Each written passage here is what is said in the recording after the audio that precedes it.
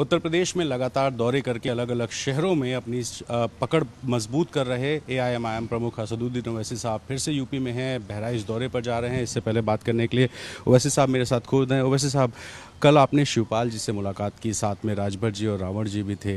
ये मुलाकात, इसके क्या मायने हैं सर, फ्यूचर क्या है?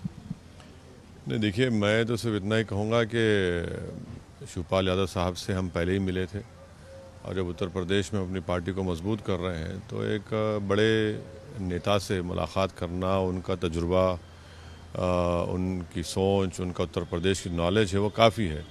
तो हम उनसे दूसरी मरतबा मुलाकात करने के लिए गए, और ये बात सही है कि ओम प्रकाश राजभर साहब भी थे और चंद्रशेखर साहब भी थे।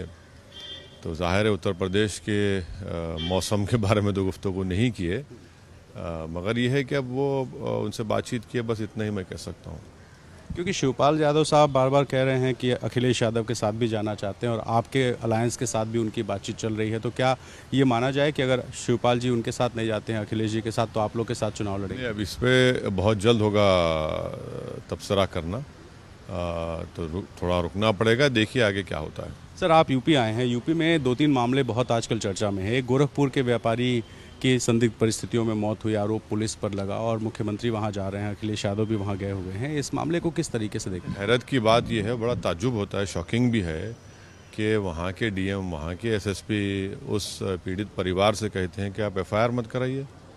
भाई, हत्या हो जाती है, गोली मार दी जाती पुलिस तरफ से, तो किस तरह क्या लॉ एंड ऑर्डर चल रहा है उत्तर प्रदेश में?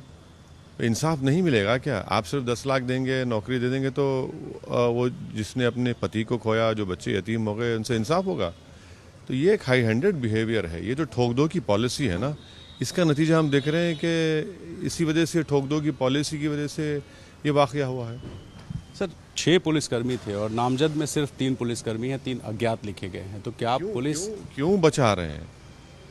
क्यों बचा रहे हैं? भाई, हत्या चाहे पुलिस करो या कोई क्रिमिनल करो या कोई करो, आपको तो उनको एक्शन लेना चाहिए ना। तो ये अगर सेलेक्टिव आप केस बुक करेंगे तो क्यों बचा रहे हैं लोग? आखिर कौन है वो लोग? इनका सरकार से क्या ताल्लुक है? तो बड़ी अफसोस की बात है कि मुख्यमंत्री के गोरखपुर में, जहाँ से वो आते हैं, जहाँ से वो विधायक हैं, वहीं पर अगर इस तरह का वाक़या हो रहा है तो बताइए पूरे उत्तर प्रदेश में क्या नहीं हो रहा होगा?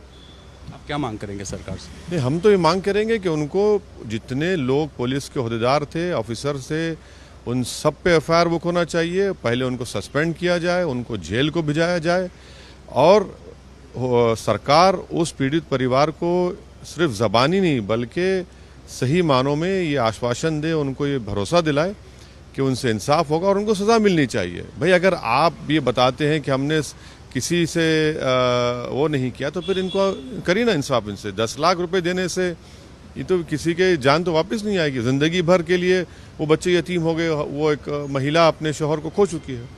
अच्छा सर, एक सवाल सीनियर आईएएस अधिकारी इफ्तिखारुद्दीन पर भी है कि एक वीडियो रिलीज़ होता है, वीडियो वायरल होता है बेसिकली, और उसमें लगता है धर्म परिवर्तन का आरोप। एसआईटी गठित हो गई, लेकिन इस मामले में आपका क्या नज़रिया? हमको ये लगता है कि सरकार ने खुद ही अनऑफिशियल तरीके से इस वीडियो को रिलीज़ करवाया, और क्योंकि वो एक मुस्लिम रैंक के सीनियर आईएएस ऑफिसर हैं, उनको हरास किया जा रहा है, उनको टारगेट किया जा रहा है, और आउट ऑफ कंटेक्स्ट उसके माने निकाले जा रहे हैं।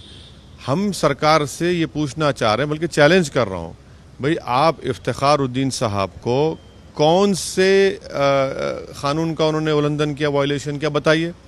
ऑल इंडिया कंडक्ट रूल्स जो है उसमें सेक्शन 3 का तो वायलेशन नहीं है, और सुप्रीम कोर्ट के कई जजमेंट हैं जहां पर सुप्रीम कोर्ट ने कहा है कि आईएएस ऑफिसर होगा, आईपीएस ऑफिसर होगा, तो उसके फंडामेंटल राइट्स कोई सरकार नहीं छीन सकती, उनका फंडामेंटल राइट है।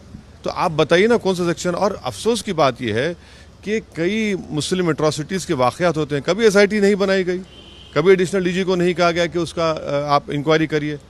एक ऐसा वीडियो जो 6 साल पुराना है, उसका आप निकाल कर आप उसका इंक्वायरी करा रहे हैं, तो इससे साफ जाहिर हो रहा है कि ये सरकार मुस्लिम विरोधी है, और एक सीनियर आईएएस ऑफिसर को गैर ज़रूरी तौर पर हरास और टारगेट किया जा रहा है। विपक्ष चुप है सर इस मामले में, जैसा आप मौलाना कलीम के मामले में विपक्ष पे आरोप। सर, यही तो हम कह रहे हैं ना, ना सिर्फ मौलाना कलीम बल्कि हर मामला जहां पर विक्टिम का नाम मुसलमान होता है, जो अपने आप को सेक्युलर कहते हैं और हम पर उंगली उठाते हैं, वो बिल्कुल गूंगे बन जाते हैं, अंधे बन जाते हैं, बहरे बन जाते हैं।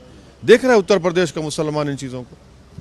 आप तो बैरिस्टर हैं, क्या लीगल हेल्प भी करने के लिए आगे आएंगे इफ्तिखारुद्दीन? या हमको यकीन है कि इनके ऊपर कोई आरोप नहीं बनाया जा सकता, नंबर 1, क्योंकि all India service conduct rules का उन्होंने कोई वायलेशन नहीं किया, और हमको यकीन है कि वो इससे ऊपर हैं। इन तमाम ये सब बकवास है, किसी को आप रुस्वा कर रहे हैं, बेइज्जत करने की कोशिश कर रहे हैं, तो ये बिल्कुल गलत है।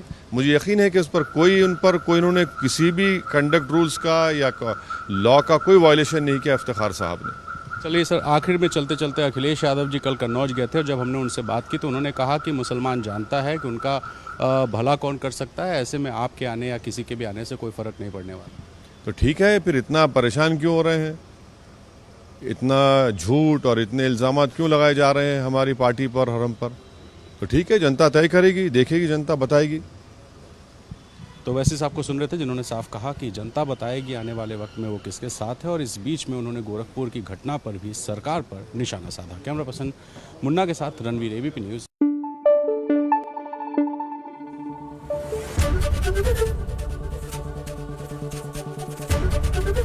एबीपी न्यूज आपको रखे आगे।